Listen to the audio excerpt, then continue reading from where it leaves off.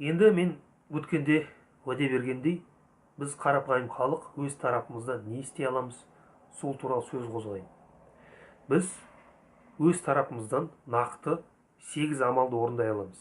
Қазір мен қысқаша бәрін тізіп өтейін, ал одан кейін Құдай қаласа әрқайсысына бөлек-бөлек видео түсіретін боламын. Сонымен бірінші амал, ең алдымен таза сөйлейікші. Біз суббота күні братандармен общагада комнатада пиво ішіп прикол тастадық. Бұл қазақ тілі емес. Бұл шала қазақ тілі. Өкінішке орай, қазақтың 99%-дан астамы бұл шала қазақ тілінде сөйлейді. Мен 35 жыл өмірімде таза қазақша сөйлейтін адамдарды бір қолдың саусағымен тізіп шыға аламын. Бұл ұят нәрсе ғой. Неге бұл мәселе соншалықты маңызды? Егер біз таза қазақша сөйлемесек, онда біздің сөздік қорымыз шектеулі болады. Біздің сөздік қорымыз дамымаса, біз тілді қалай дамыта аламыз? Біз шала қазақ тілінде сөйлеген кезде жеңілдің астымен, ауырдың үстімен өтеміз. Өйткені бізге бір сөз түсініксіз болып жатса, біз оны қазақша баламасын білмесек, біз орысшасын қолдана саламыз. Ізденіс жасамаймыз. Солай ғой. Ал егер біз таза сөйлей бастасақ, біз ізденіс жасаймыз. Біз әрбір сөзді қазақша айтуға тырысамыз. Егер оны қазақша баламасын таппасақ, біз оны қалай аударуға болады екен деген бізге ой келе бастайды. Түсінесіздер ме? Сол арқылы біз тілді дамытуға кішкене атсалыса бастаймыз. Қазақша таза сөйлеу қиын емес. Оны жай ғана әдетке айналдыру керек. Сонымен таза сөйлейік. Келесі, екінші. Бұл осы 8 амалдың ішіндегі ең маңыздысы. Ол балалармен қазақша сөйлесу. Балаларымызбен қазақша сөйлейік. Неге бұл маңызды? Мен түсіндірейін. Егер біздің балаларымыз қазақша сөйлемесе, онда біздің бүкіл әрекетіміз бәрі бекер болады. Біз қанша жанталассақ та, мемлекет қанша жанталасса да, мейлі, айтайық мысалы, мемлекет менің айтқан кеңестерін бәрін орындасын дейік, оған ақша бөлсін дейік, оның бәрін жүзеге асырсын дейік. Одан ешқандай пайда шықпайды. Әрине, ол өз нәтижесін береді, бірақ ертең біздің балаларымыз өскенде, олар қайтадан оның бәрін жоққа шығарады. Неге? Өйткені олар қазақша сөйлемейді, оларға ол керек емес. Түсінесіздер ме?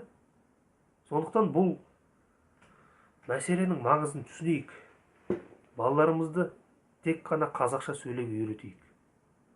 Келесі, үшінші амал, ол қайда жүргенде де қазақша сөйлеу. Біз қазақ тілін қайда қолданамыз? Үйде, достарымызбен сөйлескенде, мектепте сабақ айтқанда, базарда, бұл сонымен шектеледі. Негізі бізге қазақ тілін барлық жерде қолдану керек. Және қай ұлт өкілі болмасын, бізге онымен қазақша сөйлесу керек.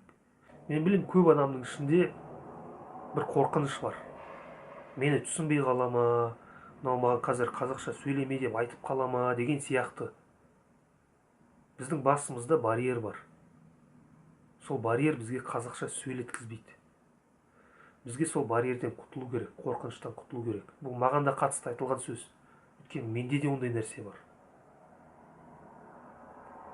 Біз неге қорқамыз, Тәуелсіз мемлекетте тұрып жатырмыз. Өзіміздің жерімізде ата-бабамыздың бізге сақтап қалған, мирас қылып қалдырып кеткен жерінде тұрып жатырмыз. Неден қорқу керекпіз біз, Біз көкірегімізді керіп жүру керекпіз. Мен өз жерімде тұрып жатырмын, ана тілімде сөйлеймін деп. Осындай сөздерді бізге күнде миымызға құя беру керек.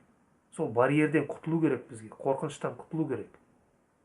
Біз қазақша сөйлемейінше, бізде қазақ тілді орта болмайды, түсінесіздер ме оны? Егер бәріміз жаппай қазақша сөйлесек, онда басқа ұлт өкілдері, олар ешқайда кете алмайды. Олар бізге ләм-мим деп айта алмайды. Олар бәрі көне қалады. Неге? Өйткені қазақтың саны басым, және біз өз жеріміздеміз, өз еліміздеміз. Сондықтан басқа ұлт өкілдері, олар амалсыздан бізге көнеді. Біз қазір қазақша сөйлемегесін, олар талтаңдап жүр. Ертең бәріміз қазақша сөйлейікші. ешкім ештеңе айта алмай қалады. Оған мен 100% кепілдік бере аламын. Біз қазақша сөйлемейінше бізде қазақ тілді орта болмайды. Түсінесіздер ма? Сондықтан әрқайсымыз өзіміздің ішіміздегі осы қорқыныштан құтылайық. Қай жерде болмасын қазақша сөйлеуді әдетке айналдырайық. Келесі 4-ші амал, ол күнделікті өмірде қазақ тілін қолдану. Тек қана әңгімелескенде ғана емес, жалпы қолданыста. Іс қағаздары болсын, смартфон, компьютер, басқа да нәрселер болсын. Мысалы, банкоматта кім қазақ тілін таңдайды? Мен байқадым, қазақтардың көбісі орыс тілін таңдайды. Тіпті орысша дұрыс білмейтін үлкен кісілер де орыс тілін таңдайды. Бұнда да бір қазақ тілін таңдасам түсініксіз болып қала ма деген қорқыныш бар ма? Сондай бір кедергі бар да. Орыс тілі бізге әбден үйреншікті болып қалған, әдет болып кеткенде бізге сол әдеттен құтылу керек. Қазақ тілі қиын болса да оны қолдану керек. Мысалы, смартфонды кім қазақша қолданады? Androidтың қазақ тіліне аударылғанына бірнеше жыл болды. Неге қолданбасқа? Солай ғой. ВКонтакте, YouTube, басқа да әлеуметтік желілердегі парақшалар қазақша интерфейсін қолданайық. Одан кейін резюмені кім қазақ тілінде жазады? Мен 2011 жылдан бері резюмені қазақша жазамын. Сол кезден бері мен бірнеше жұмыс орнын ауыстырдым. Мен талай жерге жұмысқа орналасуға интервьюдан өткен. Сонда маған бірде-бір адам сенің резюмең қазақша деп мен сөгіп көрген емес. Үйтіп айтуға қорқады да.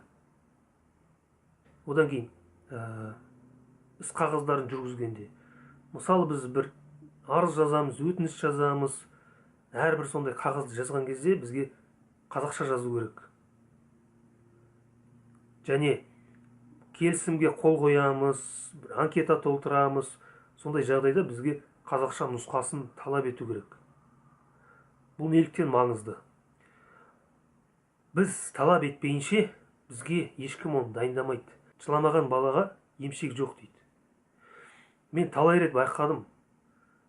Бір жерге барып келісімге қол қойған кезде мен қазақ тілін талап етсем, маған қазақша нұсқасы жоқ дейді. Біз дайындамағанбыз дейді. Неге? Өйткені бәрі орысшасын толтыра береді. Егер біз қазақшасын ылғи талап ететін болсақ, онда автоматты түрде оның бәрі дайын тұрады. Сұраныс болған кезде қолданыста болады. Келесі 5-ші амал. Қазақша кітап оқу. Бізге ол не үшін керек? Өкінішке орай, қазақтардың көбісі тілді толық меңгермеген, әсіресе әдеби тілді. Біз сөйлегеннің өзінде көп қате жібереміз. Оның себебі неде? Біз қазақша кітап оқымаймыз. Біз әдеби тілді білмейміз. Сондықтан бізге ең алдымен әдеби кітаптарды оқу керек. Классик жазушыларды, классик ақындарды, жырауларды, соның бәрін бізге оқу керек. Бізге күнде бір бет болса да қазақша кітап оқып тұру керек. Егер кітаптар болмаса, онда ең болмағанда газет оқиық. Бірақ ең дұрысы ол әрине кітап оқу. Үйде қазақша кітап болмаса, онда ай сайын бір кітап алып тұрайық. Бір айда бір кітап сатып алу деген ол қиын нәрсе емес. Солай ғой. Ай сайын бір кітап алып, соны оқып тұрайық. Тілімізді дамытайық. Біз күнде кітап оқып тұрсақ, біздің сөздік қорымыз байиды. Егер біздің сөздік қорымыз байымаса, біз тілімізді дамыта алмаймыз. Осыны түсінейік, ағайын. Сондықтан қазақша кітап оқиық. Келесі 6-ші амал. Кәсіби тілді қазақыландыру. Бұл осы 8 амалдың ішіндегі ең қиыны. Және оның маңызын көп адам түсінбейді. Мен енді түсіндіруге тырысайын. Бағана мен айтып кеткендей, біз қазақ тілін қайда қолданамыз? Үй ішінде, мектепте, базарда деген сияқты сонымен шектеледі. Өмірдің барлық саласында орыс тілі басым. Неге? Өйткені кәсіби тіл орысша. Сіздерге түсінікті болу үшін мен бір мысал келтірейін. Мысалы, бір фабриканы алайық, ол фабрикадан бір өнім шығарады дейік. Ол өнімді шығару үшін алдымен маман дайындау керек. Ол мамандар орысша білім алады. Одан кейін зерттеу жасау керек. Ол зерттеулердің бәрі орыс тілінде жасалады. Одан кейін жаңағы өнім шыққаннан кейін оның сипаттамасы, жарнамасы, бәрі орыс тілінде болады. Солай ғой. Автоматты түрде осы салаға қатысты нәрсенің бәрі орысша болып шыға келеді. Оның бәрі кәсіби тіл орысша болғандықтан. Кәсіби тілді қазақ тіліне аудару оңай нәрсе емес. Ол үшін бізге қарапайым нәрселерден бастау керек. Ең бірінші бізге іс қағаздарын қазақша жүргізе бастау керек. Жұмыстағы іс қағаздарын. Мысалы, біз жұмыста өтініш жазамыз, басқа да қағаздар жазамыз, қазақша жазайық. Одан кейін бір қағаздарға қол қоямыз, келісімге қол қоямыз, тағы да басқа қағаздарға. Соның қазақша нұсқасын талап ету керек. Жұмыста біз тағы не істейміз? Журнал толтырамыз, есептеме жазамыз, хат жазамыз, мақала жазамыз, жаңа жоба құрастырамыз. Соның бәрі бізге қазақша жазып дағдылану керек. Одан кейінгі екінші қадам ол жұмыстағы корпоративтік тілді қазақыландыру. Кез келген саланы алайықшы. Ұжымда 100% қазақ болса да, олар семинарларды, жиналыстарды, конференцияларды бәрін орыс тілінде өткізеді. Солай ғой. Өйткені кәсіби тіл орысша. Бізге бұны өзгерту керек. Жұмыста қазақ тілінде жиналыс өткізейік. Одан кейін қазақша семинарлар өткізе бастайық. Пікірталастар өткізейік. Сөйтіп бірте-бірте қазақ тілін қолданысқа енгізейік. Одан кейін қазақша конференциялар өткізе бастайық. Сөйтіп жұмыстағы корпоративтік тілді бірте-бірте орыс тілінен қазақ тіліне ауыстырайық. Одан кейінгі келесі қадам, бұл ең қиын, ең күрделі нәрсе, ол терминдерді қазақ тіліне аудару. Бұл істі біз өз қолымызға алуымыз керек. Өйткені мемлекеттің тарапынан мұнда ештеңе жасалып жатқан жоқ. Қазір ғылыми техникалық прогресс өте қарқынды дамып жатыр. Күн сайын жаңа терминдер шығып жатыр. Ал ол терминдерді қазақ тіліне аударудың орнына біз не істейміз? Біз оларды орыс тілінен алып отырмыз. Солай ғой. Бізде қазақша терминологияда ешқандай тәртіп жоқ. Мен талай рет қазақ тіліне аудармалар жасағам. Әркім өзінің ыңғайына қарай аударады. Бір сөздің бірнеше аудармасы бар. Және көп сөздің ресми аудармасы жоқ та. Көп жағдайда біз өзіміз сол сөздерді ойдан шығарамыз. Солай ғой. Бұның бәрін тәртіпке келтіру керек. Ол үшін әр терминге бір аударма керек. Осы нәрсені бізге жүйеге келтіру керек. Және терминдерді филологтар емес, біз мамандар аударуымыз керек. Өйткені әрбір саладағы терминді аудару үшін сол саланы жақсы түсіну керек, оны меңгеру керек. Ал филологқа сол саланы меңгеру үшін бірнеше жыл уақыт керек. Сондықтан әр саланың маманы сол саладағы терминдерді аударсын. Аударма жұмысын бастау үшін бізге ең алдымен бас қосып, әр саланың мамандары бірігіп, жиналыстар өткізу керек. Сол жиналыста жоспар құру керек, аударма жұмысын талқылау керек. Одан кейін бізге сөздік құрастыру керек.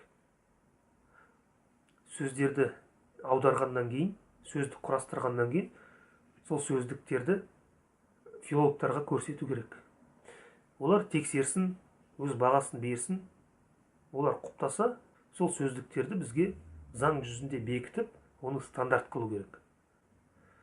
Егер біз осыны жүзеге асыратын болсақ, біз үлкен жеңіске жетеміз. Бізде профессионалды кәсіби қазақ тілі пайда болады. Ол тілдің үлкен бір бөлігі, және өте маңызды бөлігі. Бізде қазір тек қана әдеби қазақ тілі бар. Әдеби қазақ тілі бар, одан кейін ауызекі қазақ тілі бар, болды. Бізде кәсіби қазақ тілі әлі қалыптаспаған. Оны қалыптастыру біздің қолымызда. Соны жүзеге асырайық. Келесі, 7-ші амал, қазақ тілін дамытатын ресурстар керек. Бізде қазақ тілін дамытатын ресурстар жоқтың қасы. Ол интернет сайттар болсын, форумдар болсын, қазақ тілінің клубтары болсын. Мысалы, Алматыда бір клуб ашылып еді ғой, бас қосу деген. Ол жабылып қалды. Осындай клубтарды көптен ашу керек. Қазақ тілін үйренем деген адамдарға есік ашық болу керек. Және ол клубтарда тек қана ауызекі тілді ғана үйретпей, тілдегі күрделі мәселелерді талқылау керек. Қазақ тіліне қатысты интернет сайттар керек, форумдар керек. Мысалы, бір адамда қиындық туып жатса, ол сол форумға сұрақ қойып, одан жауап алатындай мүмкіндік болу керек. Сол форумда жұмыс істейтін филологтар керек. Яғни кез келген адамның сұрағына жауап беретін, қысқа мерзімде жауап беретін тіл мамандары керек. Ағылшын тілінде ондай форумдар өте көп. Бізге осындай сайттарды ашу керек. Одан кейін қазақша сөздіктер керек. Орыс тілінде мультитран деген сөздік бар. Ол ағылшын және орыс тіліндегі терминдерді аударуға арналған. Өте ыңғайлы сөздік. Мен аудармамен айналысқанда ылғи оны қолданамын. Неге? Мұнда терминдер бар. Бізге қазақ тілінде осындай сөздіктер керек. Яғни бір сөзбен айтқанда, қазақ тілінің дамуына қатысты интернет ресурстар керек және клубтар керек. Келесі 8-ші амал ол қазақ тіліндегі шығармашылық. Бұл негізінен интернетке қатысты. Қазақ тіліндегі интернет ресурстар жоқтың қасы. Интернетте қазақ тілінде ақпарат жоқ. Бізге сол вакуумды толтыру керек. Ол үшін біз не істей аламыз? Қазақша блог жазуға болады, мақалалар жазуға болады, видеолар түсіруге болады. Және әрбір саланың мамандары кітаптарды, оқулықтарды, мақалаларды қазақ тіліне аударуға болады. Кішкенеден болса да, деректі фильмдерді қазақ тіліне аударуға болады. Осылай қазақша контент құрастыру арқылы біз қазақ тілді интернетті дамытамыз. Енді бұның маңызын түсіндірудің қажеті жоқ деп ойлаймын. Оның бәріңіз түсінетін шығарсыздар. Сонымен бүгінге менің айтайын дегенім осы. Егер менің пікірім дұрыс деп ойласаңыз, тыңдауға лайық деп ойласаңыз, онда лайық басыңыздар, достарыңызбен бөлісіңіздер, арнама жазылыңыздар. Келесі жолы мен Құдай қаласа осы әрбір тақырыпты жеке-жеке талқылайтын боламын. Назарыңызға рахмет. Келесі кездескенше.